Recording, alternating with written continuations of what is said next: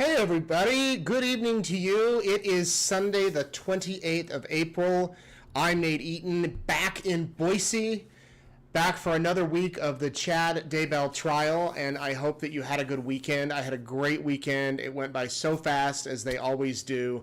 I was home in eastern Idaho with my family. We did a Courtroom Insider from the house yesterday in Idaho Falls. If you were able to see that, you can go back and watch. If you haven't been able to see it, we recapped some of what happened last week and then talked about the memorial that was beautiful yesterday in Idaho Falls. I'll talk about that a little bit later too. A very kind gift that Larry and Kay Woodcock surprised us with at East Idaho News.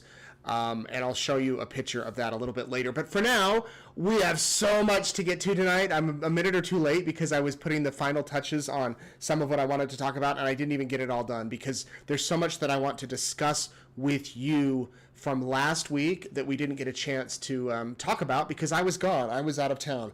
Before I get to that, though, I want you to, if you can, here we go. Here, subscribe to our East Idaho News YouTube channel if you haven't already. That will keep you updated on everything happening with this broadcast, with this case, with everything related to it. We're going through and breaking out each of the reason I say this is some of you have asked, some of you have told me you can't watch all of the 6 hours of testimony every day. And so we're breaking out witness by witness so that when you can, we will be able to, you can go on and watch those one by one. And we will have that. So if you want to subscribe, I'd love it if you did. If you liked my Facebook page, you can follow me on Instagram. That's a lot of family stuff. Posted a photo of my son this morning who came running in a tie and a dress shirt. And he said, "Dad, I look like a newscaster." And he did. He did. A little bit. He did. A little newscaster. So thank you. Thank you for considering that. I have your questions. We're going to get to those. We're going to get to so much here. And in fact, you are going to hear more sound, more clips from witnesses than I think I've ever played in any Courtroom Insider. Little clips here and there. What I've done over the past few days is I've gone back and watched and read things that each witness said, and then I've pulled out what has struck me. And because we haven't had a chance to talk about a lot of the witnesses that took the stand last week, 19 witnesses, I believe, took the stand last week, I'm going to go through each of them and pull out a little clip and play for you what struck me.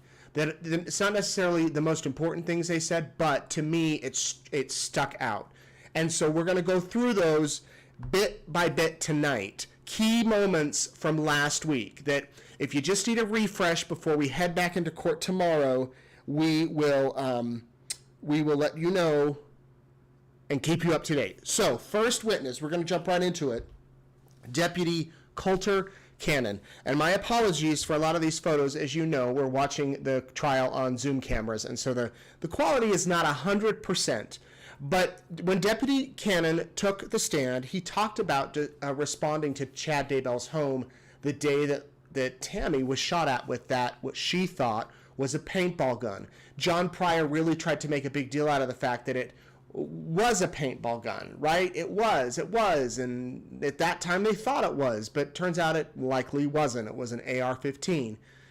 They played the 911 calls, and we learned for the first time that Tammy, or someone in the home after the incident with the gunman, Googled on the computer before calling 911, Googled paintball guns and tried to look up what kind of weapon was in the driveway when that person came to the door, came to her house. Which I don't know if that's too uncommon. Maybe it would be. If you think about yourself in these shoes, if someone showed up with a gun in my house, I might, or a paintball gun, something I think is a paintball gun, I might immediately call 911, or I might sit down and try to figure out what type of gun it was. Regardless, there was some Googling. Does that matter in the grand scheme of things? I don't think so, but it was an interesting tidbit. I've played the 911 calls for you before. I won't play them tonight, but what I do want to play is a bit of Deputy Cannon's testimony. First, a bit from the prosecutor questioning him, and then John Pryor. So take a listen to this, and we'll talk about what he says on the other side. Yeah, so I contacted Tammy by knocking on the front door. She answered the door. I just kind of tried to get her information, what happened. She told me that she had just got back from grocery shopping, was getting groceries out of the backseat of her car, noticed a male standing at the rear of the vehicle. She confronted him and asked him what he wanted. He didn't say anything. He just held up the gun, and she heard two pops and then yelled for her husband, Chad, and that he eventually came outside. Okay. While you were talking to Tammy, did you have any contact with Chad? I I didn't have contact. I didn't talk to him. He was there present when we were having that conversation though. Where was he relative to where you and Tammy were having the conversation? So we were standing by the front door of his residence, and him and his son was actually standing back towards the kitchen area, maybe 10, 15 feet from us. Any any question from your perspective that he would have been hearing the conversation you were having? Absolutely, he would have heard it. And when you were there talking to Tammy, were you wearing a uniform with a gun and a badge? Yes, I was. Did anything about, well, at any time during your interaction with Tammy, did Chad attempt to talk to you in any way? No. Anything about that unusual to you? I thought it was kind of odd that she had just been like victimized and he wasn't taking any actions to protect her in a way, I guess, but that was just my thoughts personally. Did that play into your investigation at the time at all? No, not really, just that it was odd. What did you do next, if anything? Um, After that, I went outside. I walked around the initial area where the vehicle was, looking for any shell casings or paintball marks or anything like that in the area. Does a paintball gun typically have a shell casing? No, So why did you say you were looking for shell casings? if it was possibly a firearm and not a paintball gun. And did you find any indication either way? No, I did not. What did you do next, if anything? I went and talked to Joseph Murray, who was across the street chopping wood. I spoke to him for a brief moment, just trying to figure out what he saw. And that he told me that he heard Tammy scream and he saw a male run around the north side of the property. Okay, one time when I was 5 or 6, I got with my little sister and we hid behind the counter and I told her, call 911 and say we need help. And she did. And I swear the entire fire department came to the house with the police. And when they came to the house, our entire family was in the front room wondering what was going on. No crime had happened. It was just two little kids in trouble. And I will never forget, by the way, having the police officer sit me down on the piano bench, and he pulled out his handcuffs and he said, people that file false police reports and call 911 often get handcuffs put on them and get taken to jail. And I have never called 911 again. But the entire family was involved with that incident. My grandfather had a heart attack on our front lawn, and we had to call 911. And the entire family was in the front room wanting to chime in with information to the fire department and the police who came. If my wife, just personally, I don't know about you, tell me in the comments, would you, if your spouse, significant other, screams in the driveway and says, someone just tried to shoot me, I don't care if it's a paintball gun or what else, if it's a BB gun, if it's a water balloon, whatever, and you need to call 911, would you be the one who called or would they? And again, I talked about this yesterday. Sometimes it's the smallest little details that end up sticking in someone's mind.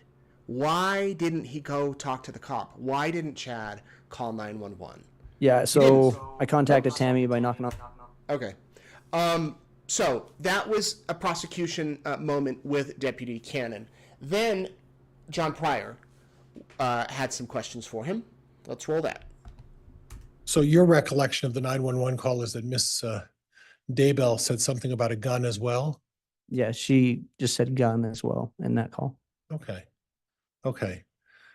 But the dispatcher said it's holding a paintball gun, correct? I believe so. And then it says that you attempted to locate suspect but couldn't find anyone in the area, right? Correct. You talked to her, and she said she noticed a guy standing behind her and was holding a paintball gun again, right? Yes, sir. That's what your statement says, right? Yes, sir. So the dispatch was about a paintball gun. When you spoke to her, she said it was a paintball gun. And then pulled the trigger a couple of times and then ran off. And was described as 5'11", 190 pounds, right? Approximately, yes. Okay, and then you didn't locate anybody, right? Yes. Then you, couple of months later, your story, at least your report expanded a little bit. Would that be fair? Yes, I was asked to put more detail into it.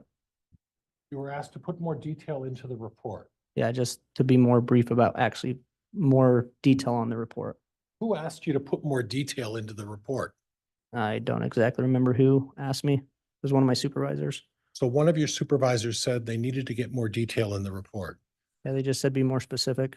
Okay, and that was after the death of Tammy Daybell, right? I believe so. So this occurred on October 9th, correct? Yes.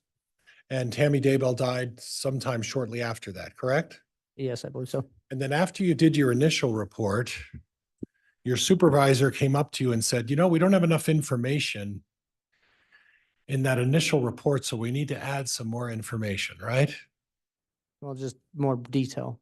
Okay. For Was this such a significant issue with a paintball gun that it required you to go back and then write a 2-3 page paragraph with more detail on it after the incident had occurred 60 days earlier? Can you ask that again? Sorry. Well, they put you up to putting more detail because they were trying to get you to allege that in some way there may have been a gun there. Isn't that what the police are trying to do here? Objection, Your Honor, argumentative. Sustained. So you put in your report on October 9, 2019, 21:45 hours. You were talking to Tammy Daybell in front of her home, right? Yeah, it should have been in her home. Okay. And her son were sitting back with the room by the door. Okay. That I believe that led to the kitchen. They were sitting back in a room by a door. Sitting at the back of the room by the door. They were standing there in the Okay. doorway. Okay. And then you made mention of the fact, and when you revised your report a little bit, you mentioned that she was standing at the back of her car with a gun she believed to be a paintball gun. So you've added the word gun and said believed. So what you're really doing is she told you it was a paintball gun, right? To my best knowledge, yeah. Yeah. And the 911 dispatcher said it was a paintball gun, right? Yes, I believe so. So why did you put that caveat in there saying believed to be a paintball gun? You knew it was a paintball gun. There was no gun there that day, was there? I Sustained. Okay, so Pryor is really trying to hammer home, and by the way, that's just 2 minutes of the testimony. If you watched, you know, he went on and on about the paintball gun. It was a paintball gun. It was not a real gun. It was a paintball gun. Excuse me. He went on about the fact, and this was brought up in Lori Vallow's trial, that a neighbor reported their dog was stolen from their driveway that morning from an unstable teenager in the neighborhood. Trying to connect the dots that it was a paintball gun, it was a paintball gun, it was a paintball gun. The officer, the deputy, did say, yeah, I went back and I revised my report. As I don't know if that's too abnormal. You know, sometimes when an example, I had I don't know how deep I want to go here, but somebody who had made threats against me a couple of years ago and showed up in Idaho Falls and made a threatening video and posted it online, and I went down and reported it to the police. And then a couple of weeks later, after he did some other things, I went down to the office and they revised the report. They added in different information. I don't know if that's too unusual, especially after Tammy Daybell died. But as Pryor is trying to say, well, it was you didn't get the report right the first time. You went back and revised it and you added in gun instead of paintball gun. And he really stressed this with this deputy and with other deputies too. So those are kind of the key moments from Deputy Cannon. After he was done on the stand, Deputy Alyssa Green Hall, I believe that's how you say her name, took the stand. Now, she is the first deputy who arrived at the home the morning Tammy Daybell died. She also she also testified in Lori's trial. They did play during her testimony the 911 call Chad made the morning Tammy died. I do want to play that one, and I have zoomed in the camera to show Chad. And I believe for the first time this trial, Chad showed emotion, some sort of emotion, at least tears. John Pryor handed him a box of tissues. He dabbed at them. So many of you have commented or emailed me asking, were those real? Did John Pryor tell him to do that? Was it fake? I don't know. Pryor could have said, be sure when they play that call you get emotional, or it really could have been real emotion. I'm not the judge of that. It didn't help because I was not actually in the courtroom for this. So we have the video. The 911 call is short. Listen to Chad Daybell's reaction on the phone and think to yourself, is this a normal reaction? Now, I do have to say, every single person reacts differently to different situations. Every Christmas, I get to go out and I have an incredible job of surprising people with large amounts of money or cars or furniture or whatever they might need from an anonymous Secret Santa. He gives a large amount of money to East Idaho News, and we find people in need with the help of our community, and we go and surprise them. Every single person reacts differently. Sometimes I think people are going to pass out in pure lightheadedness, if that's a word, because they're so surprised at the gift. Sometimes people sob in our arms. Sometimes people have no reaction at all, and then they feel embarrassed, and they write us and say, I'm so sorry, that's how I reacted. So everybody does react differently, and so keep that in mind, and I'm sure the jurors are thinking that too as they're hearing this 911 call to how Chad reacted. I'm not saying you can pay attention to how he reacted in the courtroom. I'm saying that initial moment. Listen to how he reacted when he called 911 to say his wife was dead. 911, where's your emergency? We're at 202 North, 1900 East. What's going on? We just found my mom. She's on the ground frozen, or she's stiff, and I don't know. Are you in Madison County or Fremont County? Hello, I'm Chad, the husband. She's clearly dead. We don't Oh, know. sorry. Okay. Okay. Are you in Rexburg or, because your address shows Rexburg address, but you're in Fremont County? It's a mile past Okay. the line. Oh, no. Okay. Oh.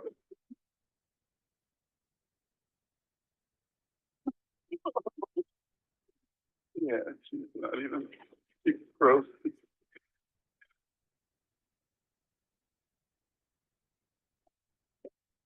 Okay. Can I get your name? Chad Daybell.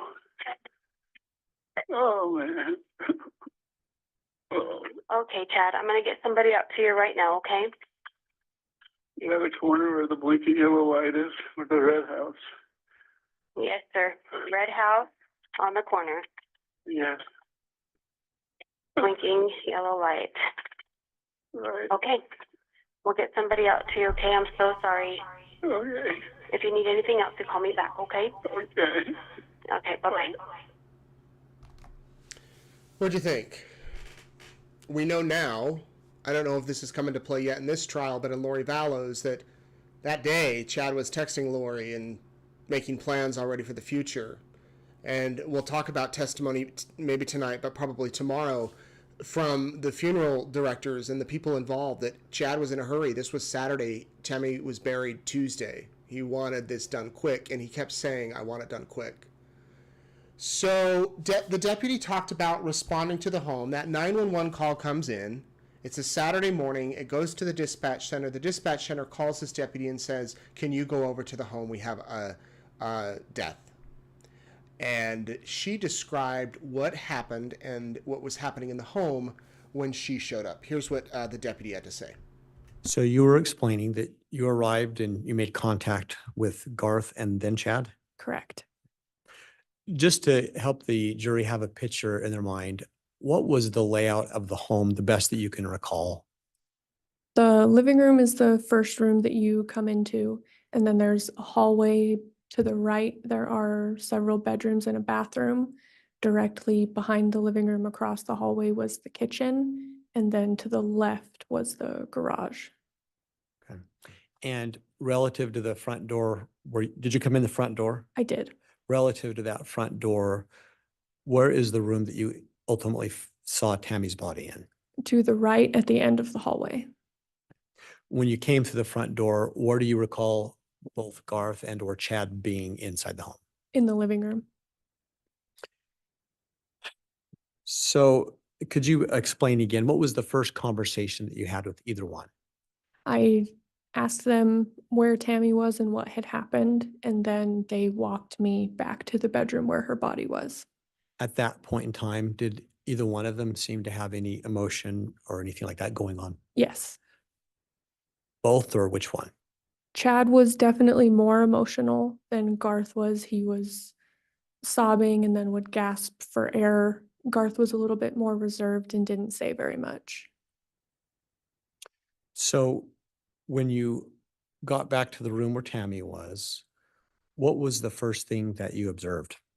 I observed Tammy's body on the bed, and her feet were hanging off the corner of the bed, and the mattress was pushed off the box spring just a little bit, and she was covered up with a blanket up to about her shoulders. In that moment, did you notice anything else about Tammy's body? Not from the doorway until I moved in closer to her. Before you moved in closer, did you engage in Chad in any conversation about what had gone on? Yes, during the walk back and while I first entered the bedroom, he was kind of explaining to me the course of events that had happened that morning. What do you recall him explaining to you at that time?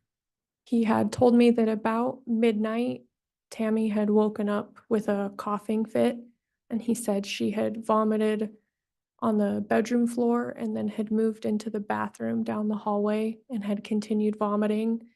And he said he got up to help her clean up and then put her back to bed. And then they both went back to sleep. And then at approximately 5:40 a.m., he had felt the blankets shift off of him in bed and had woken up, and he said that he had thought Tammy had fallen off the bed. So he told her to get back on the bed, and then when she didn't answer him, he stood back up, turned the lights on, and found that she was unresponsive. I've never forgotten one time Nancy Grace yelling or loudly speaking, "Dead people don't move. Dead people don't roll off beds." So the deputy calls the coroner, Brenda Dye, who was new at the time. She was fairly new in her role, and she has admitted that she, would do things differently now. She spoke with one of our reporters at East Idaho News a couple of months ago about the case, says it still gives her nightmares, and she still thinks about it, and it obviously has been, hard, I would imagine, for her. And I talked about this the other night. Autopsies are not cheap. They're expensive. And Fremont County is very, very large geography. And in the summer, for those of you not from Idaho, people come from all over the place to see. It's the drive into Yellowstone. You go through Fremont County to go into Yellowstone Park. People come. There's massive sand dunes. You can go and ride your ATVs in the sand dunes and your motorcycles and have fun. And it's a hot spot for tourism. And unfortunately, there are always fatal crashes on the roads, in the sand dunes, and you can't get an autopsy for everyone. And I'm not making an excuse for her. I'm just stating a fact that autopsies are expensive. And so at the time, Brenda Dye, the coroner, gets involved in the case. She shows up, and she had an encounter with Chad. And I have two clips. I want to play what she told the prosecutor, and then John Pryor. This is really, as a defense attorney, you probably would go after the person who didn't catch the cause of death in the original autopsy. I remember Jim Archibald and John Thomas did with Lori Vallow, and that's exactly what John Pryor did with Brenda Dye. So this is Brenda Dye. She is still the coroner. She took the stand. She answered the questions, and here is what she said when the prosecutors talked with her. I observed the blood tinged sputum coming from her mouth, kind of a foam, a pink foam. She was wrapped in a blanket. I asked if that is the position she was in when she was found, and Chad told me no, she was hanging half off the bed with her face and head towards the floor on her left side. When he discovered she was deceased, he called for Garth to help him, whose bedroom is across the hall, and they picked her up off the floor and put her on the bed and covered her with a blanket. At that moment in time, when you were observing her, did you do anything to physically check her or touch her? Yes, I did. What did you do? Looked at the body. We always look at the body and know any injuries, any signs of struggle, anything. I did observe rigor mortis had set in, lividity on the back side. So her back, her bottom, her legs, the back of her legs as she was laying. And then I also noted that she was cold to the touch. Her abdomen was cold. Okay, so lividity. I'm going to look up that term. John Pryor repeatedly said lupidity. It is not lupidity, it's lividity. So the meaning of lividity, which the coroner talked about, lividity refers to a bluish purple discoloration of skin after death. And she talked about Brenda Dye. I'm just looking it up. It's the gravitational pooling of blood to lower dependent areas, resulting in a red or purple coloration. Although it's livor mortis is the official term, is commonly seen between 2 and 4 hours post-mortem. Its onset may begin in the early period, as little as 30 minutes. So somebody dies, your blood pools together at the lowest point where your body might be, resting or whatnot, and then it sets in around 2 to 4 hours after death, or as little as 30 minutes. That's lividity. Lividity, yes. So I'm going to play this clip from Pryor now. Even though he says lupidity, it's not lupidity. It's not stupidity. It's lividity. I don't know what I'm saying. Just know it's not lupidity. Okay, I'm sorry. Here we go. But in talking to the prosecutor, you talked about, well, the lipidity caused me some concern. Remember you said that about lipidity, that was a concern of yours, and your questions weren't answered, right? Well, at the time of the scene there, you said, you noticed lipidity in the body, that Tammy Daybell apparently had died on her back, right? Right. Okay. Yes. Was that of a concern of yours at the time that would cause you to say, maybe I ought to take a step back before I sign this death certificate? At that time, no. Okay, but you were fully aware of the lipidity that you're claiming had occurred at that point. Is that right? Yes. Okay. There were no fresh bruises on Tammy Daybell's body anywhere, were there? On her arm, yes. Those were fresh bruises? I don't know. I'm not qualified to Well, you did take that. you did a report in that regard, did you not? I did, and it looked like an old bruise to me. And with That's, we'll get to that. okay, So when you filled out your medical report, you specifically not only identified that she had bruises on her arm, you actually used the word old bruises. Do you remember that? yes, I did. Okay.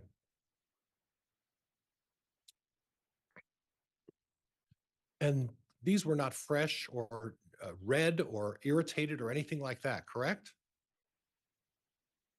Objection, Your Honor. The witness has already indicated she's not qualified to determine that.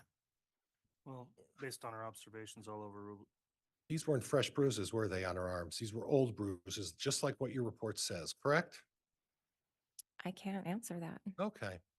But you will answer that on your report, when you decided to fill out a report relating to this case, that report said old bruises. When the picture of the body, you wrote on the arms, old bruises on the arms, right? Yes. Okay, now he's obviously trying to make a deal out of the bruises because on the arms, because last year you'll recall the medical examiner from Idaho testified, he has not been on the stand yet.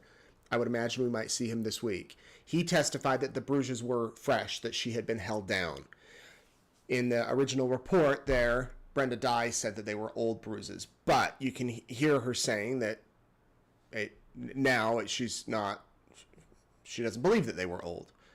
She believes that they were newer.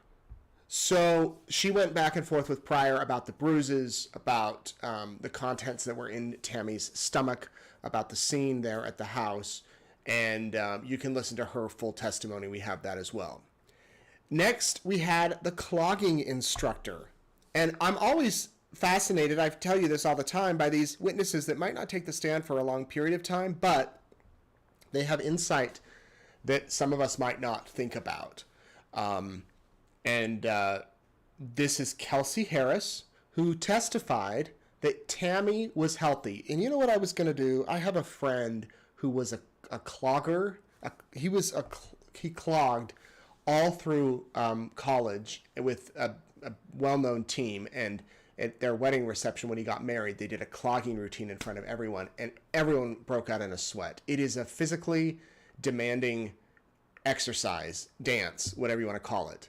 If someone was sick, if someone had issues, the prosecution was, trying to say that you could not easily clog. Here is what Kelsey Harris had to say about that and her observations of Tammy Daybell's health right up until she died. To the best that you can you recall what time frame was it that Tammy was attending that class? It was the end of August, early September until the time of her death in October 2019. How often was the class held? It was every week, a 60-minute class once a week. Did she attend regularly? Yes, every class. How would you describe clogging overall? Would it be low intensity, medium intensity, high intensity? Where would you put it? I would say medium intensity because you're still getting that cardio and getting your heart rate up. And when students are in the class, do you have the opportunity to observe them? Yes, I do.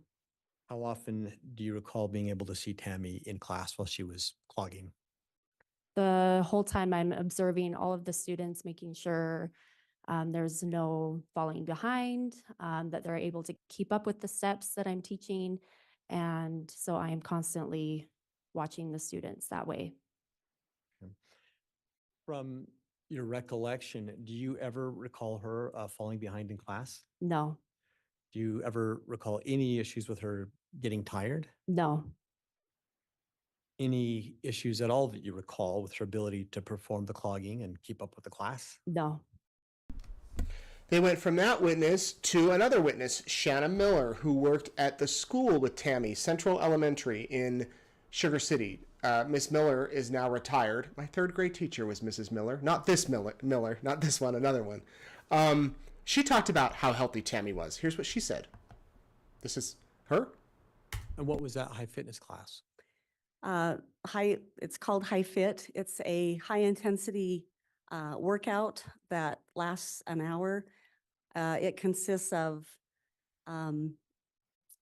burpees, jumping jacks, lunges, squats, planks, all set to music. And how often did you attend that class? At the time, I was attending twice a week.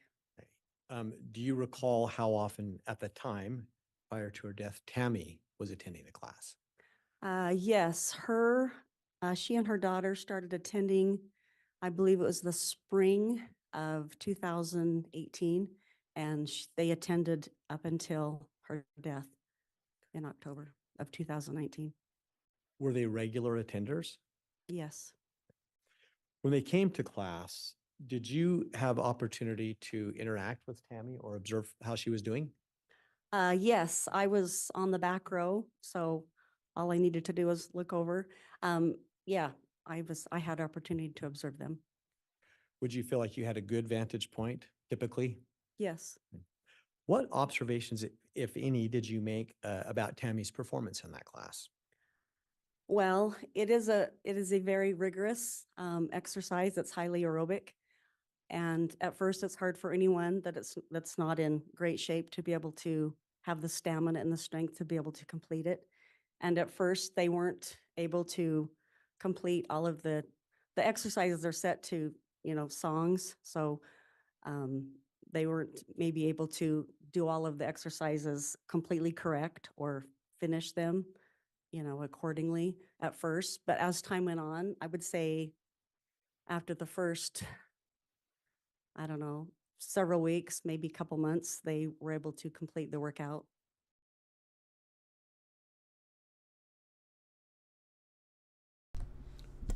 Okay, so not only was Tammy clogging, she was going to high fit classes.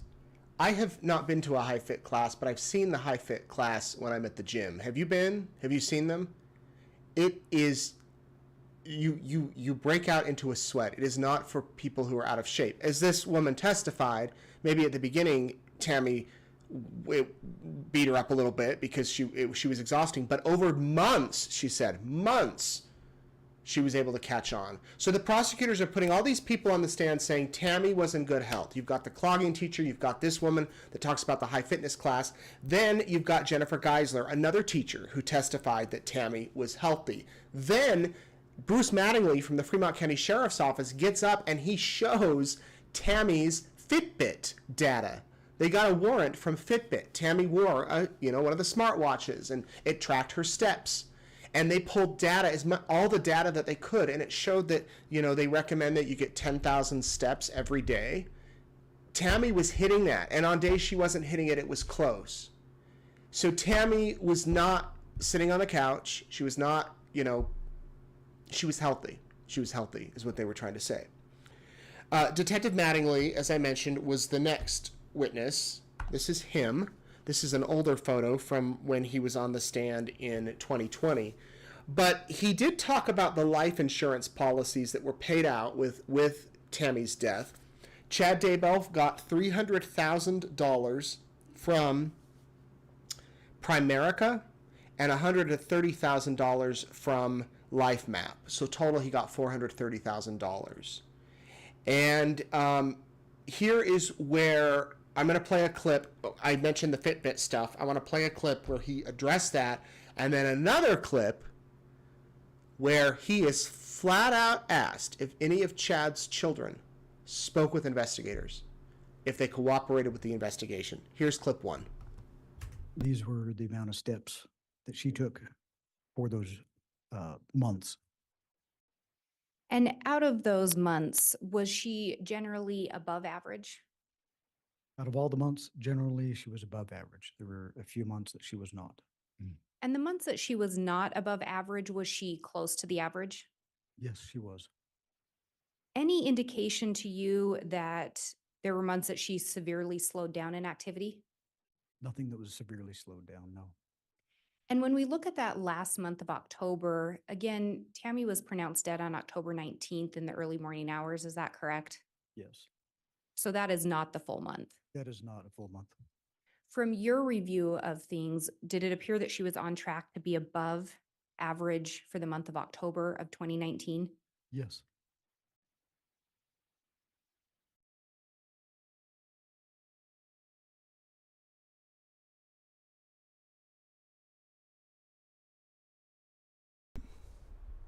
So the month she died, she was above average in her steps. John Pryor gets up, cross-examines the detective, asks about the data, asks about some other things, asks about the agencies involved in the investigation, and then Lindsay Blake on cross gets up and asks this. Did you review and discuss the case with other officers? Yes. Based on your investigation and your understanding, did any of Chad's kids come forward with information? Overruled. Did any of Chad's children voluntarily come forward with information? Not one. Do you recall attempting to speak with Emma about the results of her mother's autopsy? Yes, Would that have been around February, sometime in February of 2021, it could have been, I don't know. sometime after the autopsy results were received? After the autopsy results, yes. Was Emma willing to hear about those results? No, Was Emma willing to speak with you? she was not. Did Emma provide you any information about her mother's health at that time? Nothing. Interesting. So, what do you think? Are you surprised when those kids are called to the stand? It will be fascinating to see the questions John Pryor has for them and the questions the prosecution has for them, and if they've perhaps had a change of heart. After the detective Mattingly finished his testimony, Vince Kayakamanu was back on the stand. Now remember, he was witness number 2 in the case. He took the stand on the 15th of April. He then took the stand again for a long time last week, I believe on Wednesday and Thursday. He talked about a lot. And it was hard to find just one or two clips. But this is, by the way, this is him. He is the registered or whatever the agent, the officer who can sit in the courtroom the entire time. So his job this trial is he's in that courtroom every single day listening to every single witness. He does not miss a second of it. The first trial, that was Ray Hermosillo, who's with the Rexburg Police. This trial, it's Detective Kayakamanu, who's now, I say the Madison County Sheriff's Office on this image, but he worked for Fremont at the time. Now, I'm going to play you something that we did not know before last week. It came out in an email that Tammy and the children were aware, apparently, of the light and dark scale, or at least someone on Tammy's account. And the detective says it, well, I'm just going to play it. This is an extended clip because it goes through some messages that were being sent to the Daybell's son from Tammy's account. Do we know if it was Tammy 100%? Could it have been Chad? I'll let you decide. They don't really say that this was indeed Tammy, but it was her account, and a lot of we's were used, meaning Chad and Tammy. This, to me, was startling, I'll be honest with you, a little surprising, and to many I have spoken with, the fact that it appears Tammy was in the loop about the light and the dark. Now, John Pryor mentioned the name of kids in their Sunday school class, in Chad and Tammy Daybell's Sunday school class, who Chad deemed dark and assigned them a number. I have removed those names for tonight.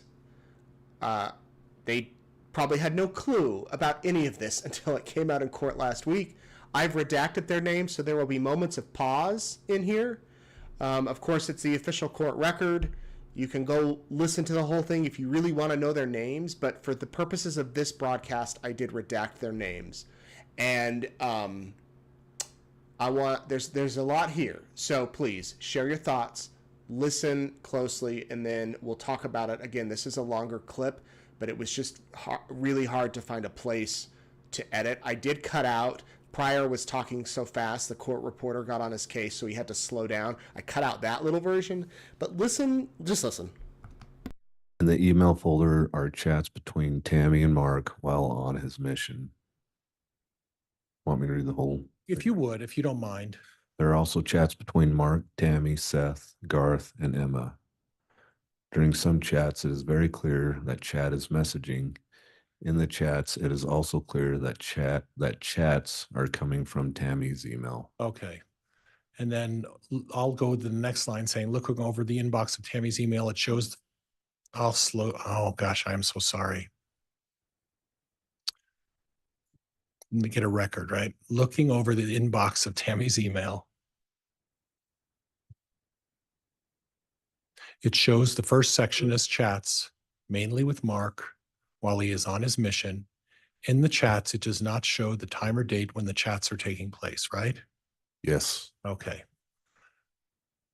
Then the line below, why don't you read the line below for me?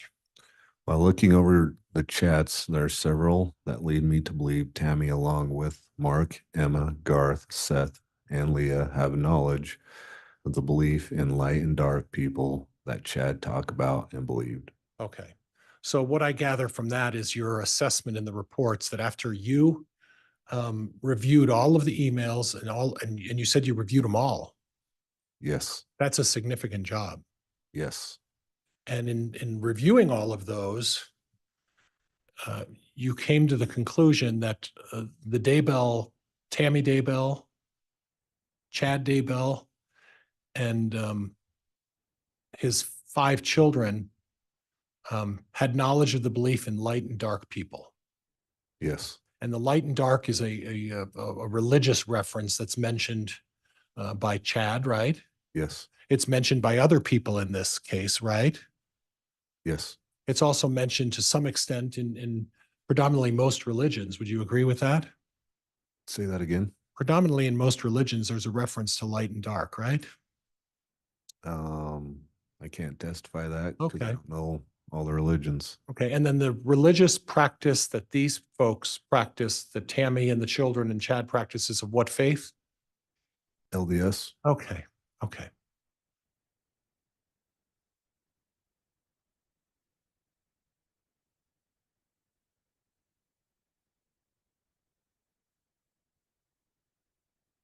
Then we go on and if you would,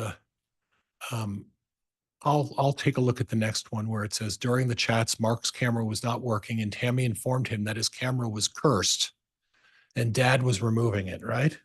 Yes. Okay. In more chats, Mark asked if anything was found or notable in him when he was body coded. I'm not sure what body coded means. Do you have any knowledge of what being a body or body coded talks about? No. Okay. Okay. But it was Mark who was talking about the body coding. Would that be your assessment? Yes. Okay. And then Tammy responds, you has a lot of weapons, negative chords and curses, plus trapped emotions. We cleared out quite a bit. We'll do that more regularly for you. So second to the last sentence says we cleared it out, right? Yes. That would you believe that was Tammy and Chad who were clearing out these negative chords and curses? In this email, yes. Okay. And then we'll do that more regularly for you. And again, we'll do that more regularly for you. That implies that it was both Tammy and Chad talking about helping them clear out these weapons, right? Yes. Okay. Then we go down to the next one and it starts with on another chat, Chad said, Mom and I taught 12-year-old Sunday school yesterday. Actions confirmed he is 4.2 dark. You see that? Yes. Do you have any knowledge as to whether is dead or has been murdered or any investigation into that kind of a matter? I have no knowledge of that. Okay. And do you know who that is? I do not. Okay. But obviously, it's someone who attends church or attends Sunday school where Chad and Tammy went to their Sunday school, right? Yes. So we could presume that it was someone in Fremont or Madison County, right? Yes. Okay. And then it goes on, I will enjoy watching his growth to world terror and domination. And then Emma replies, I like Tammy and Chad reply, unfortunately, he's already influencing. Who's, do you know? I do not. Okay.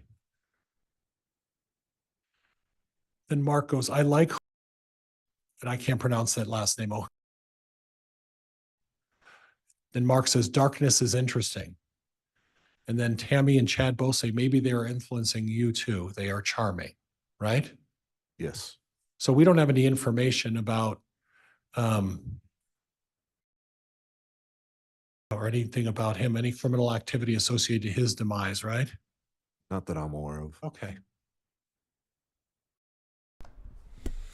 So Pryor's trying to insinuate, I would imagine, or at least have the jurors believe, that there were a lot more people on the dark list, including kids at the church.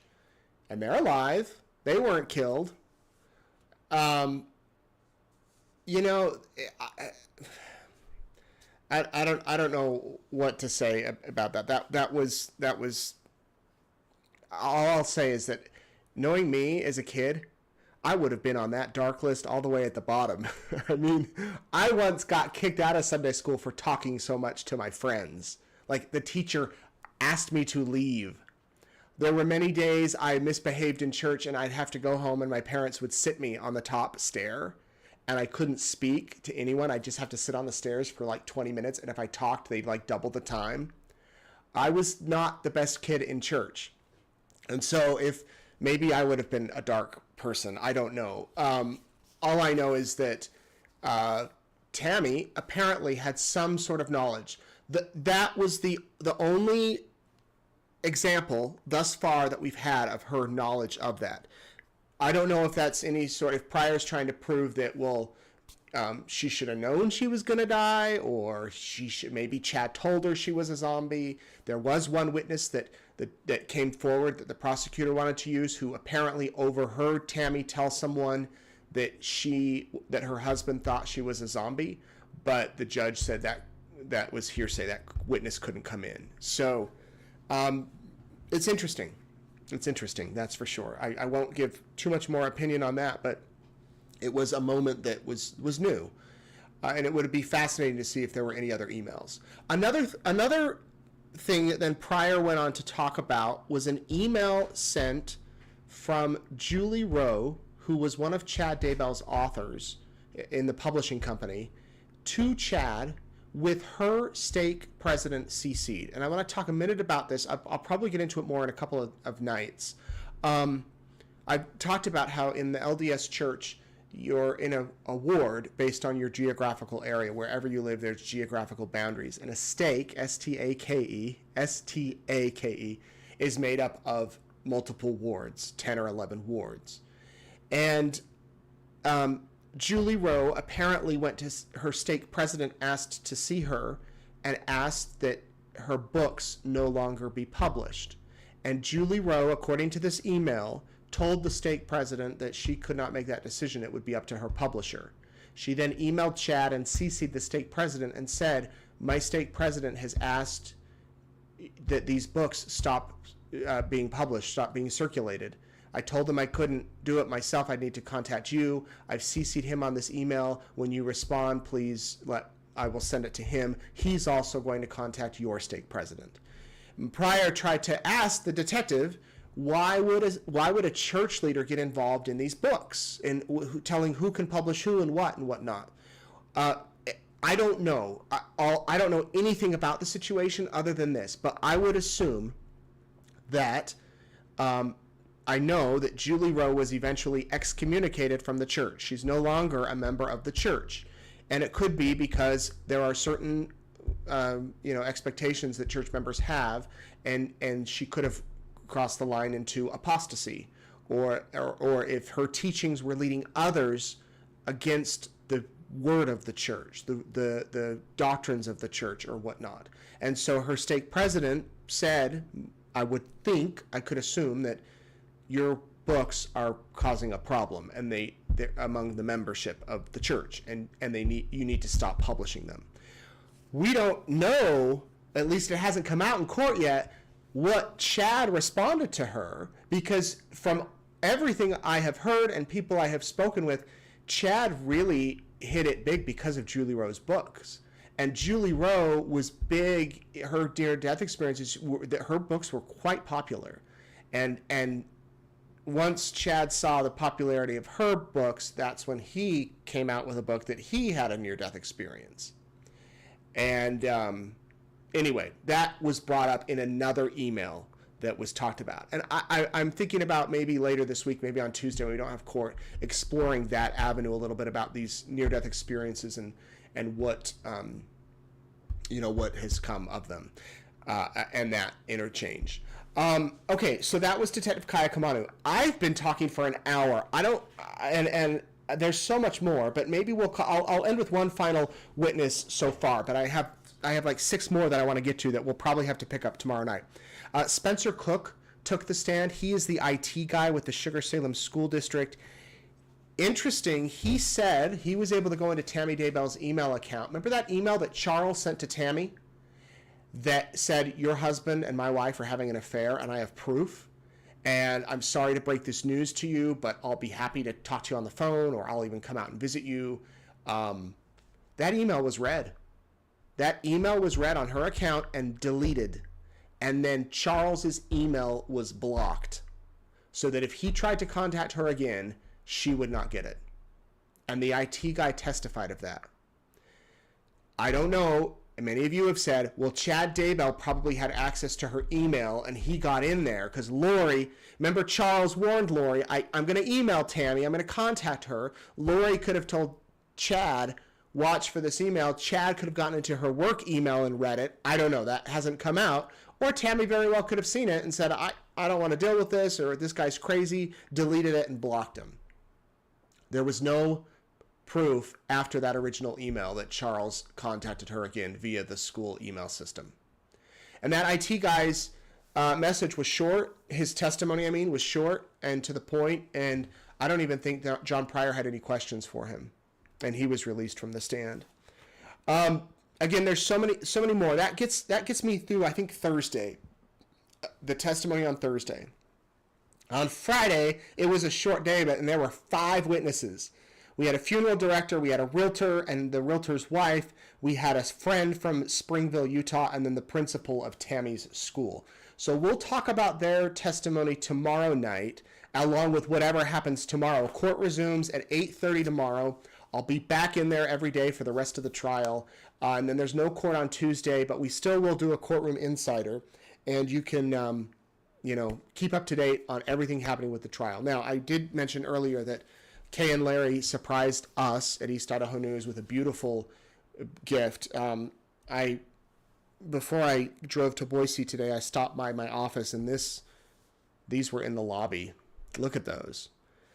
Those were the floral arrangements that were on the stage yesterday at the memorial service. Those are real flowers, and they just surrounded, and those are huge displays. They look small on the images, but those are huge displays, and they said that they couldn't fit those in their car. They were driving back to Boise today for the trial tomorrow, and they could not fit those in their car, and they wanted to thank us and have those on display at East Idaho News. So we have those in our lobby, and you can see that they are just beautiful photos. As those are up tonight, as we remember Tammy and JJ and Tylee, I did want to share with you a poem that was read yesterday that Brandon Boudreau wrote, and it was shared at the funeral, the memorial service, as these photos are up. Brandon wrote this. It's called The Smile. It wasn't all that long ago I'd sit and ask you why. You'd stay up late binge watching shows then sleep till day passed by. They never fully took control, those feelings we've all faced, insecurities you felt inside that could not be erased. You took them on and let them make a protective outer crust. Your quick wit served up just so whenever feelings flushed. Of course, you're so much more to us than the external cover. You learned to see beyond yourself, you'd choose to help another. We see now that your big guardian heart became his young protection, until when we lost track of you, they'd all commit perdition. We couldn't know just how we'd miss the time we never had. We thought there would be so much more, though now you're with your dad. In memory etched you'll always be, not stuck in ending vile. No, in my heart I always see the girl with that shy smile. And then this one is called The Things We Didn't Know. A while ago I met a boy, he couldn't walk or talk, and he developed slower than the others on his block. He had to learn things differently, talking did not come fast. but there was something we all knew his energy would last. Some days I wish I could go back and watch as they all play. I'd relish as he ran around, not knowing to obey. Perhaps I'd stress a little less that he would run away, focusing instead on how he ran. No care would slow his day. He'd say something a few more times than other kids would. He'd say something a few more times than other children would. Who knew one day that he'd become the boy that I'd hoped could. Unite us all across the globe, a passion you'd ignite, and make us stand up one by one on your behalf. We'd fight. So know you're loved. We miss you both. Of course, we hope to show. So many of us couldn't help the things we didn't know. But we're here now, and we won't quit. We'll demand what is right. We'll search and ask and look for you, working day and night. It seems at last we've found you now. Our search began too late. It's your turn now to look for us at his big pearly gate. We'll each come soon enough, it's true. You'll be there when we go to testify to him, our judge, the things we didn't know. It was written by Brandon Boudreau, the former uncle, I guess I should say, of JJ and Tylee, and that was read at the memorial service, and these beautiful flowers are a good remembrance of these two beautiful children. All right, now I would like to answer some of your questions. Thanks for staying up a little longer than an hour with me tonight. So much to talk about. Nate, can you help me understand the process of getting into the trial of Chad Daybell? My wife and I would like to come up from Utah and attend in a couple weeks. I understand you need to stand in line in the morning to get into the morning session, but I also wanted to attend the afternoon session as well. Would we also stand in line? Radley, yes. If you show up in the morning around, I'd say 7:30, the doors open at 8. You go through security, you go up to the courtroom, and then you get a seat in the courtroom. You'll get a ticket, and then that ticket you can come all day. So when they go out on breaks, and then they go out on lunch, when those are done, as long as you've got your ticket, you go back inside and you can get a seat. I'll know more tomorrow. We used to have to reserve online a seat every day, and they did away with that. And I have not been back to the courthouse since, but everyone I've spoken with who has been there says that it's not a problem. So you should be able to come. And then if you're just in the area and you want to try to get in like one afternoon, you have a couple times. Normally lunch is 12 to 1. If you show up at the courthouse around 12:45 and just find out if there's empty seats, they should let you in. It shouldn't be that big of a deal. Just don't everybody come at once, because then it will be a big deal. Nate, since Heather Daybell has been subpoenaed by the defense, is that going to be a bad thing for those of us rooting for the prosecution? Margot. No, I don't think so, Margot. I think Heather Daybell will get on and she will tell the truth. And she'll answer whatever defense they have to ask.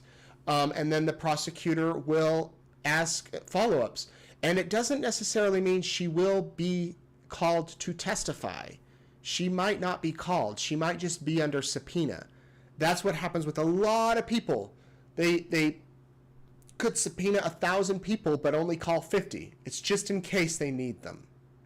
So I don't think it's a bad thing. I think that, I just think it's what it is. And, they're just going to put together case by case, bit by bit. And Heather Daybell, knowing Heather, is not going to side with the defense. She is not a Chad Daybell supporter, and in fact raised the alarm or tried to long before this case was in the spotlight. So she's not going to back down. She and Matt, by the way, her husband and their daughter, were at the memorial yesterday, and I had a good talk with them. And she has openly acknowledged that she has a subpoena, so she can't come to the trial every day and she can't watch the proceedings, but maybe we'll see some other family members here in the coming weeks and days. Nate, do you think that the fact Tammy knew about the light and dark scale might prove and backfire in John Pryor's face? Trent. I don't know what you mean by that, Trent. I think it could show maybe that Chad was so convincing with this light and dark stuff and the chart, he was able to convince his wife. He was able to convince all of his kids. He was able to convince Lori, Alex, Melanie, all of them. Maybe that's what will come out. Maybe that's how the jurors will think that, okay, well, his family was in on it, so he really was able to convince them. I don't think there was any proof in what we saw that Tammy came up with this system. And I don't think there's been any proof that Tammy knew he was seeing Lori, other than Charles trying to contact him. So I don't know if that's what you mean about backfiring in Pryor's face. It could. Nate, what has been your biggest takeaway of the trial so far? Is it very different than Lori's? That's from Ronnie. Very different than Lori's. There are some differences. I think so. I do think it's a different trial. There are some differences, but overall, I would say it is a very different trial because you have a defense attorney who's actively cross-examining, who's actively questioning, who plans to call witnesses. You have a different defendant who behaves very differently than Lori Vallow did. You have different prosecutors. The list of witnesses is in a completely different order. But a lot of the information is the same. A lot of information we've heard. I was talking with, I believe it was, was it Tom yesterday at the memorial? Tom, the juror.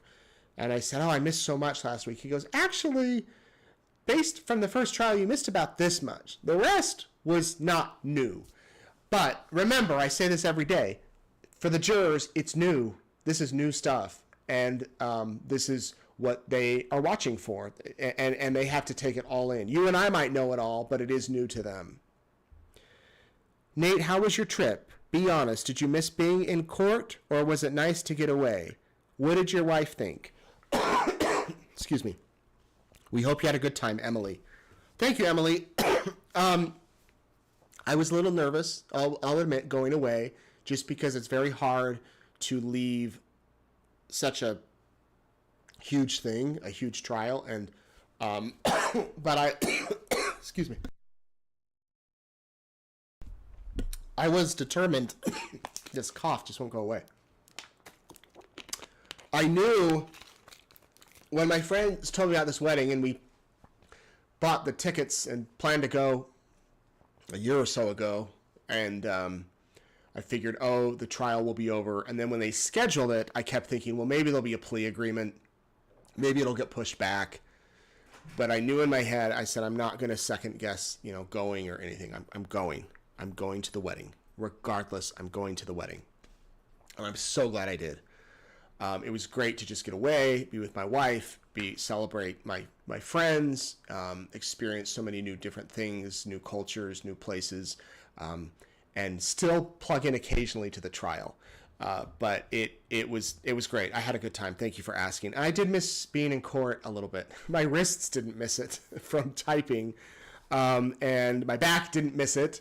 And I feel refreshed and ready to go. I did get a little bit of sun, but I was sure to wear sunscreen, and I'll be glad to be in there. Did Erica like it? Erica had a great time on the trip. She had a great time. And she's Erica, I don't recall in our 13 years of marriage her ever complaining about my job. Like, honestly, I cannot recall once. I'm sure it's happened. I've had to leave church. I remember we first moved into our house, one of our first Sundays, and I had to leave church because a dead body was found on a playground just down the street. And we had two little babies, like little kids. I mean, there have been so many stories of me having to leave family events. I mean, there was a big story years ago. I left my dad's birthday party and took a bus back to Idaho because I heard there was going to be a big break in a case, and there wasn't. But anyway, Erica does not complain at all about my work. So she did not complain at all when I would tune into the trial on the beach or in the car when we were driving. She's very supportive. So yeah, she had a good time. That was a long answer to a short question. Hi, Nate. Any idea who will be called to testify this week? Is the prosecution almost done with their case? Well, the prosecution has called 30 witnesses, and last year, just as a reference, they called 59. If they're going based off of that projection, then they would technically be halfway done. But I have a feeling in this case they might call more. And we'll see how quick they go through witnesses this week. I guess potentially they could maybe rest the end of next week, maybe. And then the defense takes a week or two. And then if there's a guilty verdict, that takes a week or two. So maybe the trial's done by Memorial Day, maybe. But yeah, I don't know if they're almost done. And as far as who's going to be called, the witness list is sealed. So we don't know. I have heard rumblings of certain people. It's kind of been all off the record from different sources. So I won't say those yet, but it should be a good week. It should be a good week in the trial. Nate, will Lori be called to testify? If so, what will she get to wear? I don't think Lori's going to get called to testify. I think if she did get called to testify, I have no clue what she would wear. I guess if the prosecutor called her to testify and she had to show up, they would want her in her prison outfit. If John Pryor called her to testify on behalf of Chad, he'd probably argue that she should be able to wear street clothes. But I will be stunned if Lori gets called to testify. I don't see that happening. Chad did not testify in her trial. I know the next question is going to be whether she can watch the trial. I guess if they have, she doesn't have internet access in the jail, in the jail where she's at. So, and she's in isolation. She's by herself. So if she has like court TV, or she can, I guess she could watch it that way. I doubt they have court TV in the jail, but maybe she does. Maybe she's watching every night. Lori, if you're watching, call me. I have a couple questions I want to ask you. Okay, well, I think that's it for tonight. Thank you all so much for watching and for supporting us. And you're the best. You're the best. Here's what you need to know. Tomorrow, we will start our live stream at 8:15. The trial will begin at 8:30. I'll be doing my live written updates all day long, and then, of course, I'll be back here tomorrow night at 6:30 with Courtroom Insider. If you've missed any of the testimony, you want to see any of the testimony from Lori's trial, anything, go to our video library at eastidahonews.com. Here's where you can find me on my Facebook page, on my Instagram page, on my X feed, and East Idaho News. Many of you have been asking how to find my family YouTube channel. That is called Meetin' the Eatons, M-E-E-T-I-N, Meetin' the Eatons, E-A-T-O-N-S. We put some family stuff on there and some other news stuff and old stories that I've done, but that's where you can find me. And be sure, wherever you're watching, that you subscribe. Hit the little button. I think if I hit this, no, that didn't work. Okay. There we go. Okay. See what this is going to tell you to do? It's going to tell you to hit subscribe. Ding. And then go over and hit the thumbs up, ding, and then hit the little bell, ding. That's on YouTube. And on Facebook, you can follow and do all that stuff. Okay, I hope you have a good night. I hope that you have enjoyed the program tonight, and I'll be back tomorrow for another edition of Courtroom Insider. I'm Nate Eaton. Appreciate you watching.